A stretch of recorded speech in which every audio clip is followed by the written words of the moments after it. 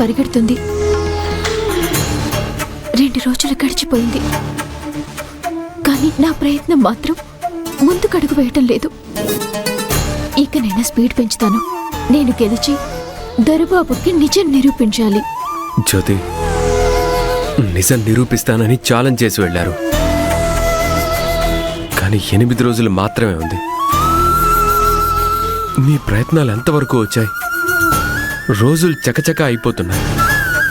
గుండె టకటక కొట్టుకుంటుంది. ఏదో ఒకటి చేయి జ్యోతి, నాకు టెన్షన్గా ఉంది. నీ గుండె చప్పుడు నా మనసుకు వినపడుతుంది. నేను గెలవనేమో అన్న మీ ఆందోళన నాకు తెలుస్తోంది. టెన్షన్ పడకండి దొరబాబు. రేపు నీలాంబరి ఊరి నుంచి వస్తుంది. నా ప్రయత్నాన్ని పరుగులు పెట్టించి 8 రోజుల్లో ఎలాగైనా నిజాన్ని బయటపెడతాను. మనం ఈ ప్రాబ్లం నుండి బయటపడితే నా ప్రేమకు అర్థం, మన పెళ్లికి పరమార్థం. ఒక పక్కన నా ఊపిరి పోసిన మా అమ్మ, మరో పక్క నేను ప్రాణంగా ప్రేమించిన నువ్వు. అక్కడ అమ్మకి సమాధానం చెప్పలేక, ఇటు నిన్ను దూరం చేసుకోలేక నాలో నేను నలిగిపోతున్నాను. మనిద్దరం జీవితాంతం కలిసి ఉండడానికి ఉన్న వ్యవధి 8 రోజులే. నేను గెలిచాను దొరబాబు అని నువ్వు వరిచే క్షణం కోసం ఎదురు చూస్తూ ఉంటాను జ్యోతి. నా మీద నమ్మకం పెట్టండి దొరబాబు. త్వరలోనే మనం సంతోషంగా ఉంటాం.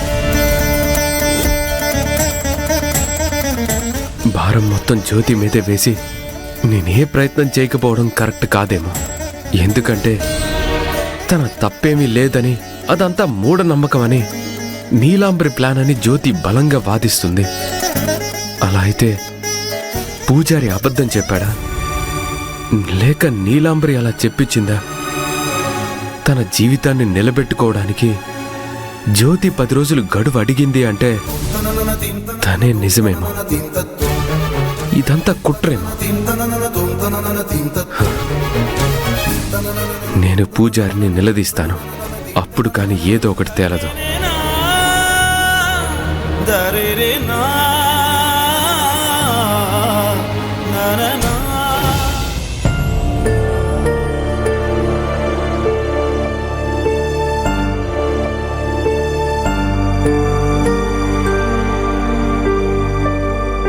శ్రావ్య, శ్రావ్య, గుడ్ మార్నింగ్ అత్తయ్య. ముందు కాఫీ తాగు. Thank you.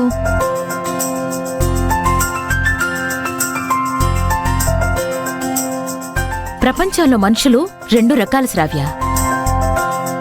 టెన్షన్ని గుండెల్లో మోస్తూ కంటి మీద కునుకు లేకుండా గడిపే రకం ఒకటి.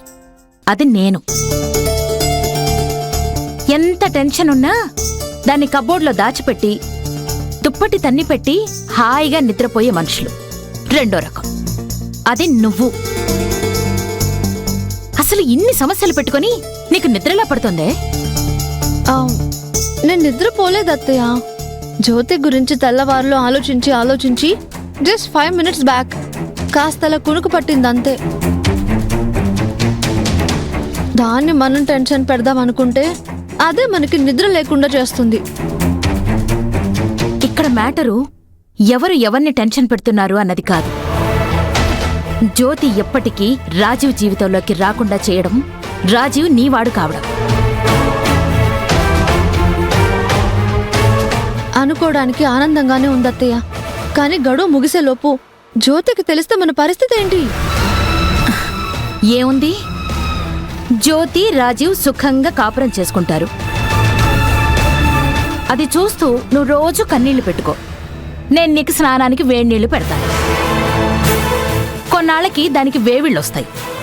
తర్వాత వాళ్ళకి పుట్టే పిల్లల్ని మనిద్దరం ఎత్తుకొని జోలపాట పాడదాం. ఒకవేళ నీకు ఆ పాటలు రాకపోతే ఇప్పటి నుంచే నేర్చుకో. అసలు భయంతో చేస్తుంటే వెటకారం చేస్తారేంటత్తయ్య? మన భయం శత్రువుకి ఆయుధంగా మారకూడదు శ్రావ్య. మనం ఇలా టెన్షన్ పడుతూ చేతులు ముడుచుకొని కూర్చుంటే గడువు ముగిసేలోపు జ్యోతి గెలిచి రాజీవ్ భార్యగా గడపలో అడుగు పెడుతుంది. మనం పావులా పడగ విప్పి విషం చిమ్మితేనే అది బెదిరిపోయి ఏడుస్తూ దానింటి దగ్గర పడుంటుంది. కానీ ఎలా అత్తయ్య? ఏం చేద్దాం? ఏదో ఒకటి చేసి జ్యోతిని మానసికంగా దెబ్బతీయాలి. అప్పుడది ఏ పని చేయలేదు. దాన్ని మీరు చాలా తక్కువ అంచనా వేస్తున్నారు అత్తయ్య. అమాయకపు మొహంతో ఉండే ముదురు చురుకుతనం, తెలివితేటలు, మొండితనం దాని సొంతం. ఎలాంటి ప్రాబ్లం అయినా సరే ఎదురెళ్ళి సాల్వ్ చేయగలిగే కెపాసిటీ దానికి ఉంది. మనం ఎంత మానసికంగా దెబ్బతీయాలని ట్రై చేసినా సరే అది కుంగిపోదు, కుమిలిపోదు. ఏంటి దానికి ఎలివేషన్ ఇస్తున్నావు నువ్వు? ఎలివేషన్స్ కాదత్తయ్య, నేను ఫేస్ చేశాను కాబట్టి దానికున్న క్వాలిటీస్ అన్ని చెప్తున్నాను. నీది వయసుతో కూడిన ఆవేశం, అందుకే దాన్ని ఫేస్ చేయలేకపోతున్నావేమో. నా అనుభవం ముందు అది పిల్ల బచ్చ. చూస్తూ ఉండు, అది కృంగి కృషించిపోయేలా చేస్తాను. ఏం చేస్తారత్తయ్య? ఇంకా అది చేసిన ఛాలెంజ్కి 8 రోజుల గడువుంది. ఇప్పుడు ముహూర్తం పెట్టడానికి పంతులు గారు వస్తున్నారు. గడువు ముగిసిన తర్వాతే మీ పెళ్ళి అనంటే రాజీవ్ కూడా ఏమీ అనలేడు. దాన్ని ఓడిస్తాను. రాజీవ్ చేత నీ మెళ్ళో 3 ముళ్ళు వేయిస్తాను. మీరు సూపర్ అత్తయ్య. Thank you so much. సరే, నువ్వు త్వరగా వెళ్ళి ఫ్రెష్ అయ్యిరా.